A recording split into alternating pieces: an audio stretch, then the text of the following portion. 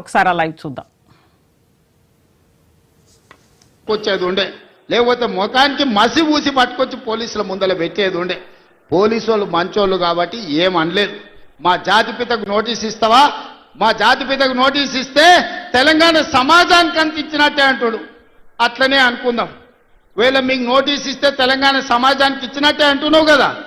మరి నీ జన్వాడలో ఉన్న ఫామ్ హౌస్ మా తెలంగాణ ప్రజలదా? నీకు నోటీస్ ఇస్తే మరి తెలంగాణ అందరికి ఇచ్చినట్టయితే నీకున్న ఎర్రవల్లి ఫామ్ హౌస్ తెలంగాణ సమాజం అందరికి ఇస్తావా? జన్వాడలో నీకున్న ఫామ్ హౌస్ అందరికి ఇస్తావా? మొయినాబాద్లో హరీష్ రావుకున్న ఫామ్ హౌస్లో అందరినీ రాణిస్తావా? మీ టీవీలు మీ పేపర్లు మాకు ఇస్తావా?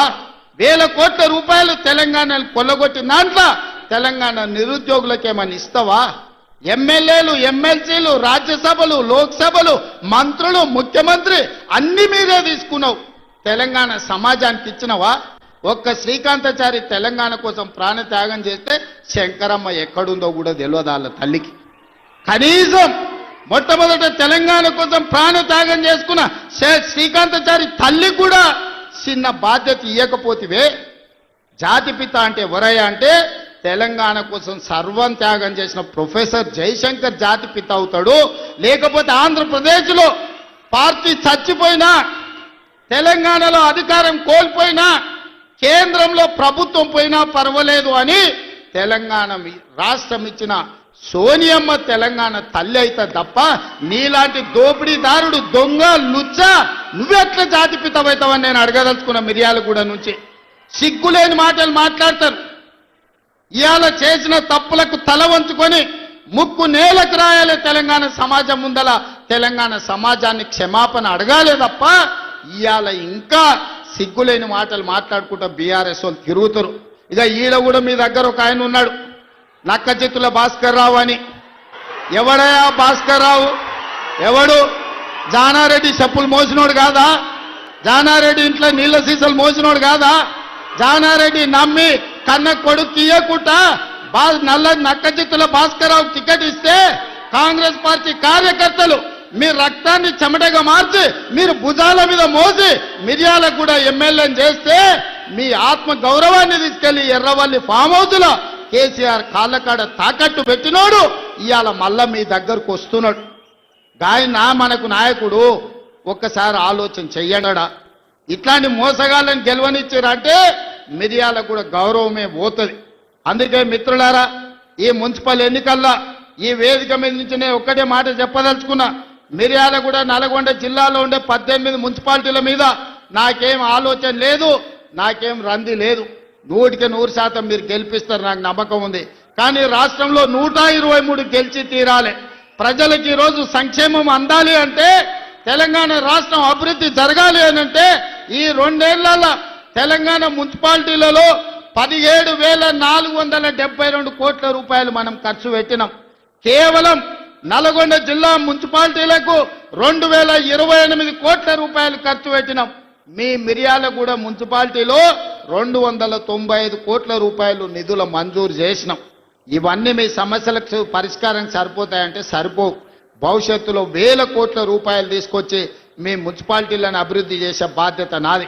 మున్సిపల్ శాఖ నా దగ్గరనే ఉంది, స్వయంగా నేనే పర్యవేక్షిస్తున్నా.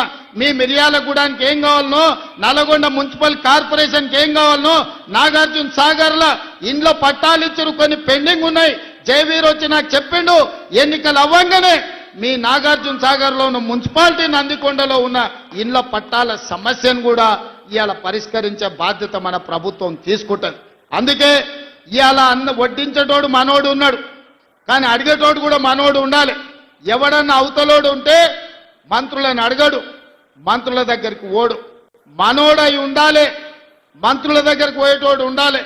వెనకటి పెద్దోళ్ళు చెప్పారు, మట్టి పనికి పోయినా ఇంటోడే పోవాలని. మరి ఇవాళ మీ మున్సిపాలిటీలు గెలవాలంటే కౌన్సిలర్లు, కార్పొరేటర్లు మనోళ్ళు ఉండాలి. అందుకే ఆలోచన చేయండి. 2 ఏళ్లే పూర్తి అయింది, ఇంకా 8 ఏళ్ళు మనమే అధికారంలో ఉంటాం. ఈ 8 ఏళ్లల్లా మీ మున్సిపాలిటీలను అద్దమోలే తీర్చిదిద్దే బాధ్యత మనం ప్రభుత్వం తీసుకుంటుంది. పక్కనే మా పద్మక్క ఉన్నది, కోదాడల ఏకగ్రీవం చేపించింది. పద్మక్కను మనస్ఫూర్తిగా నేను అభినందిస్తున్నా. ఇవాళ మున్సిపాలిటీలలో మన ఎన్నికల్లో మనం గెలవాలి. మనం ఈ గెలిస్తే పేదవాడు గెలిచినట్టు. ఈ ఎన్నికల్లో గెలవడం ద్వారా మీ బస్తీలు అభివృద్ధి జరుగుతాయి, మీ కాలనీలు అభివృద్ధి జరుగుతాయి. అభివృద్ధి జరగాలంటే అధికార పార్టీ గెలవాలి. అప్పుడే మీకు నిధులు వరదై పారుతాయి, మీ ప్రాంతాన్ని అభివృద్ధి చేసుకునే అవకాశం ఉంటుంది. చివరగా ఒక్క మాట చెప్పదలుచుకున్నా. మిర్యాలగూడల లక్ష్మారెడ్డి టికెట్ అడిగాడు, శంకర్ నాయక్ టికెట్ అడిగాడు, రఘువీరెడ్డి టికెట్ అడిగాడు. అవునా?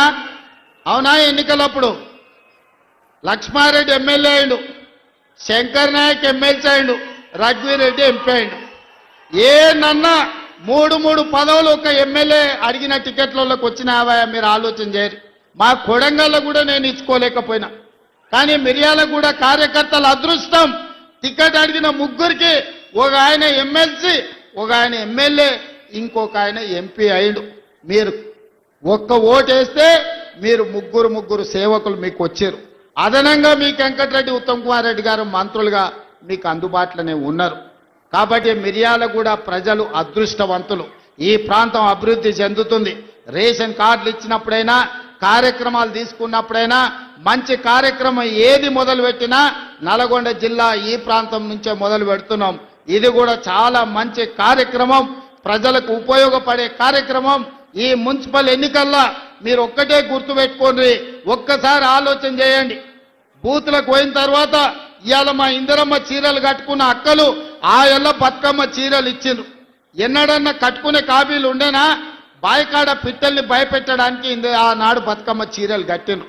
ఇవాళ మా అక్కలు బాజాప్తా సారె పెట్టుకున్నట్టు తల్లిగారింటికి పోతే చీర పెడితే సారె పెట్టినట్టుగా ఇవాళ చీరలు కట్టుకొని మా అక్కలు వచ్చిర్రు. ధైర్యంగా ఇది మా ఇందిరమ్మ చీర, మా ప్రభుత్వం ఇచ్చిందని కట్టుకొని వచ్చారు. ఎంత మంచిగా ఉన్నారో చూడు, ఎంత చక్కగా కనిపిస్తారో. దసరా పండుగలాగా జమ్మికెళ్ళినట్టుంది మా అక్కల్ని చూస్తుంటే. పాలపిట్ట కలర్ జమ్మికెళ్ళి పాలపిట్టను చూడడానికి పోతాం.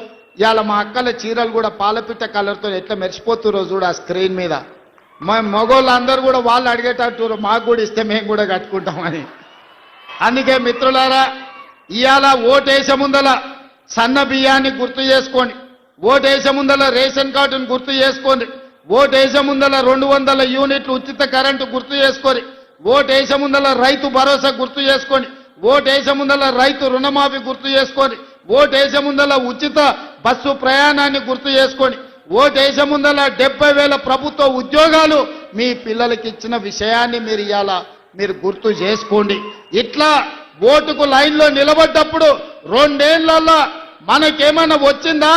2 ఏళ్లలో ఇందిరమ్మ ఇల్లు మాకు ఎన్ని వచ్చినాయని లెక్క తీసుకోండి. ఇవాళ ఆలోచన చేసుకోండి, కాంగ్రెస్ పార్టీని గెలిపించండి.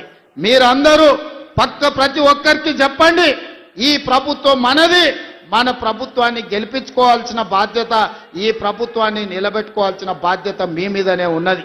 అందుకే ఇవాళ మీ అందరినీ చూసినాక నాకు మనస్ఫూర్తిగా ధైర్యం వచ్చింది. రేపు జరగబోయే ఎన్నికల్లో 123 మున్సిపాలిటీల మీద కాంగ్రెస్ పార్టీ జెండా ఎగురుతుంది. మున్సిపల్ గడ్డ కాంగ్రెస్ పార్టీలకు అడ్డా అని చెప్పి ఇవాళ మీ అందరినీ చూసినాక సంపూర్ణమైన విశ్వాసం వచ్చింది.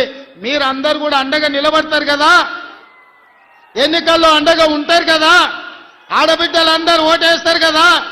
సిద్ధమేనా? సిద్ధమేనా? సిద్ధమేనా? సిద్ధం అన్నోళ్ళందరూ చేయి పైకెత్తి పిడికెళ్ళి బిగించండి. జై కాంగ్రెస్, జై కాంగ్రెస్. హస్తం గుర్తుకే, హస్తం గుర్తుకే, ఇంకా గట్టిగా హస్తం గుర్తుకే. ధన్యవాదాలు మిత్రులారా.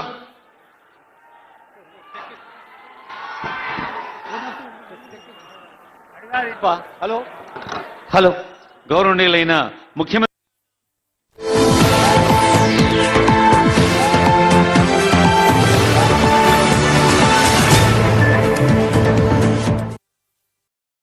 ప్రకృతిలో ఉంటే